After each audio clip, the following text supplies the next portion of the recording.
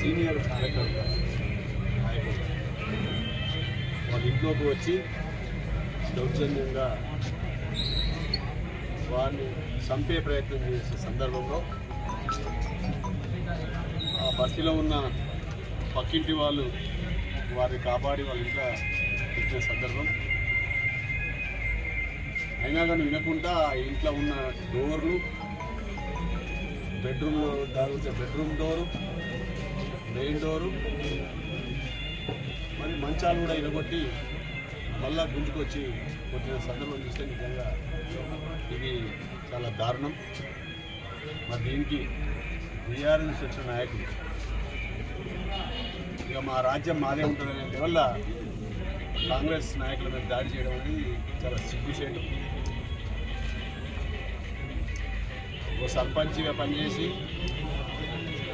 ఒక market committee vice చైర్మన్గా పనిచేసి, హోదాలో పనిచేసి ఈ రకంగా దుర్మార్గంగా కాంగ్రెస్ పార్టీ నాయకులను చంపుదామనే రీతిలో ప్రయత్నం చేయడం అంటే ఇది చాలా బాధాకరం. ఈ బస్తీ వాళ్ళు లేకుంటే ఖచ్చితంగా చంపేసేవాళ్ళు.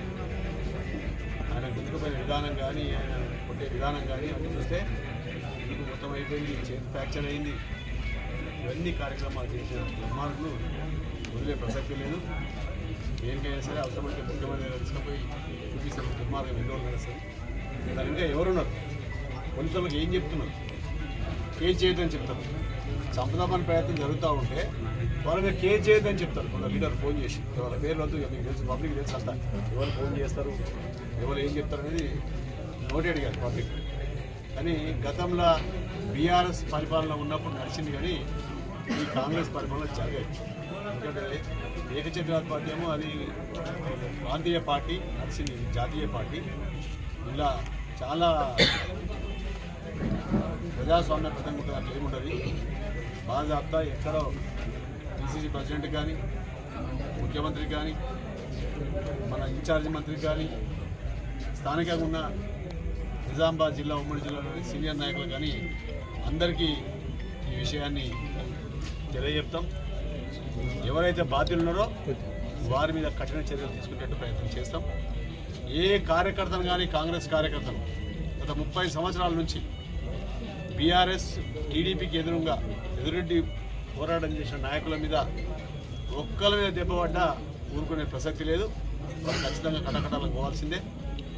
ఇలా సోషల్ మీడియా గురించి మాట్లాడుతూ ఉన్నారు. సోషల్ మీడియాలో ఇదే నాని బాబాయ్ పేరు సర్పంచ్ నా మీద ఏమంటాడు, కాలకేయ పెట్టిండు, కాలకేయ పెట్టి బొమ్మ పెట్టి సోషల్ మీడియా పెద్ద స్టోరీ రాసిండు.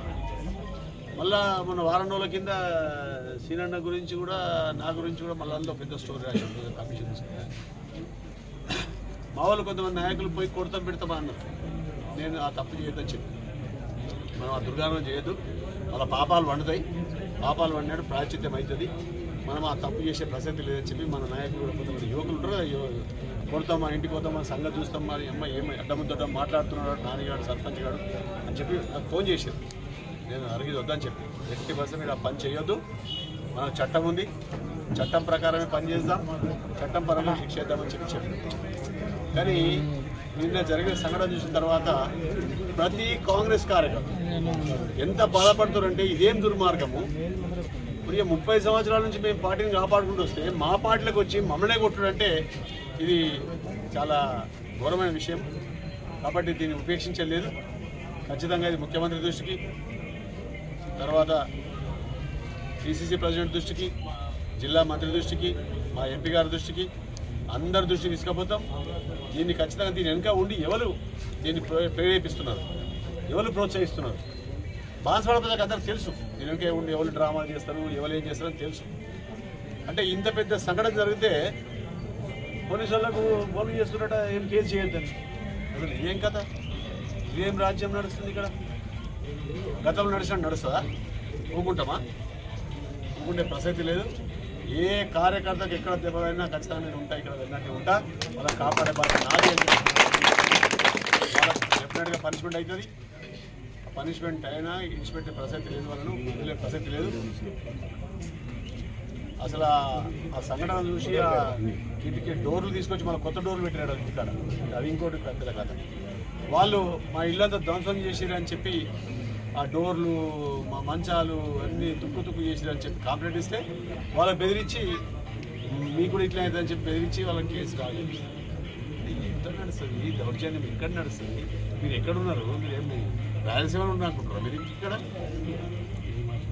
ఏం ఆశించి చేస్తున్నారు అంటే ఏమనుకుంటారు మీరు? అంటే మా వెనుక పెద్ద పెద్ద తలకాయలు ఉన్నాయి, మేము ఏం చేసినా నడుస్తాం అనుకుంటారా?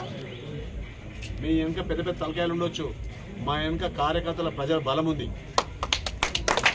కాంగ్రెస్ పార్టీ కార్యకర్తలు ఎక్కడ చెక్కు చెదరలేదు. ఇక్కడ కార్యకర్తలు అంటే వాళ్ళు బాజాబ్తా ఎదురుండి పోరాటం చేస్తూ ఉన్నారు, కొట్లాడుతూ ఉన్నారు. డెఫినెట్గా రాబోయే రోజుల్లో కార్యకర్తలు అనుకున్నదే జరుగుతుంది, ఇక్కడ అనుకున్న ప్రజలే జరుగుతుంది. ప్రజలు కూడా నిర్ణయించుకున్నారు ఏం చేయాలని.